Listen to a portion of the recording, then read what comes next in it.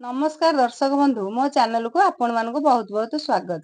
आज भिडियो रे आमे जानिबा सजना शाग मुग रेसिपी। आपण मन तो सागरे बहुत प्रकार रेसिपी बनै खाइथिबे। आज मु आपण मानक गोटे नुआ रेसिपी बनै की देखौछि। सजना शाग को आनी आमे प्रथमे आग झाड़ी देबा काहे कि ना ता देहरे गुंड की पोक पोक थिए भलो भाबे झड़ी पड़िबे। तापरे गोटे पात्र रे ताको भलो भाबे बाछि की थोइबा। आउ गोटे पात्र रे पानी आनी के सजना शाग को भलो भाबे धोइबा। भलो भाबे चिपुड़ी की ताको छोट छोट करी काटिकी आउ गोटे पात्र रे रखिबा। आउ गोटे पात्र रे किछि मुग आनी ताको भलो भाबे धोईकी रखिबा। गैस टी को ऑन करी प्रेशर कुकर को बसेइबा। धोइथिया मुग ता देहरे देई ढाकुंडी दबा।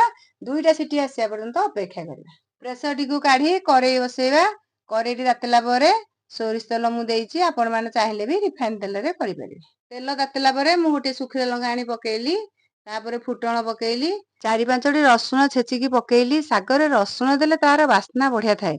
आपण माने चाहिले भी पियाज पकेइ परिबे। रसुण टिके लाल दिसिला परे साग को पकेइ दबा। तापरे एपट सेपट कर दबा। गोटे ढाकुणी घोड़े दबा। गोटे मिनिट परे ढाकुणी काढी दबा। प्रेशर रे सिझा जाइथिबा मुग ता देह को ढाଳି दबा। ढाଳି सारी स्वाद अनुसार लुण दबा। 2 मिनिट पर्यंत एपट सेपट करिबा। तापरे गोटे पात्र को काढी दबा। गैस टी को बंद कर दबा। कम समय भितर आम रेसिपी रेडी हो गला। जदि आपण मानक ए रेसिपी भल लागला निज घरे बनै की खांतु। कमेंट माध्यम रे जणातु। नमस्कार रहुछि। जय जगन्नाथ।